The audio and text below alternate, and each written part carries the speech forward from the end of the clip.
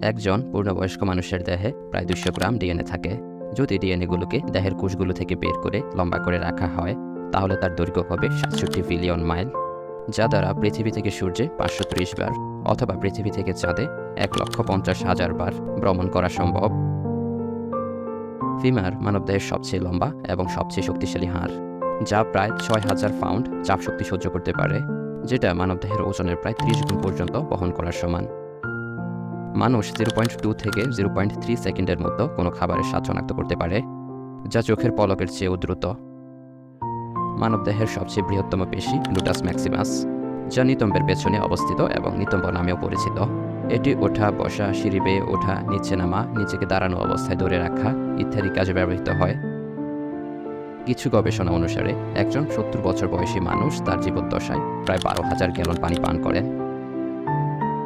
হাড় ইস্পাতের চেয়ে 5 গুণ শক্তিশালী হয়, সেটা সংকোচন বা চাপ সহ্য করার ক্ষেত্রে। তবে হাড় ইস্পাতের চেয়ে বেশি ভঙ্গুর প্রকৃতির, অর্থাৎ হঠাৎ বল প্রয়োগে ফাটল ধরতে পারে। আমাদের জিহ্বায় যে সাতকুড়ি থাকে তা প্রতি 2 সপ্তাহ পর মারা যায় এবং নতুন করে সাতকুড়ি তৈরি হয়। সাতকুড়িগুলো খালি চোখে অদৃশ্যমান, যা জিহ্বার প্যাপেলির মাঝে গুচ্ছবদ্ধভাবে অবস্থান করে। সাতকুড়ির জন্য আমরা মিষ্টি, নোনতা, টক এবং তেঁতুর মতো স্বাদগুলো শনাক্ত করতে পারি। মানবদেহের সবচেয়ে বড় কোষ ডিম্বাণু, যা থাকে স্ত্রী দেহে। একটি ডিম্বাণু 0.1 মিলিমিটার বা 100 মাইক্রোমিটার ব্যাস বিশিষ্ট হয়। মানবদেহের সবচেয়ে ছোট কোষ শুক্রাণু, যা থাকে পুরুষ দেহে। একটি শুক্রাণু 3 থেকে 5 মাইক্রোমিটার ব্যাস বিশিষ্ট হয়, যা মানব ডিম্বাণুর চেয়ে প্রায় 95 থেকে 100 গুণ ছোট।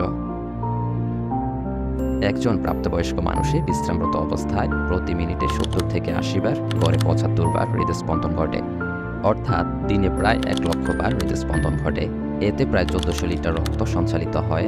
তাছাড়া এতে যে চাপের সৃষ্টি হয় তাতে ধমনী, শিরা ও কৌশিক চালকের মাধ্যমে 80,000 কিলোমিটারেরও অধিক পথ অতিক্রম করা সম্ভব।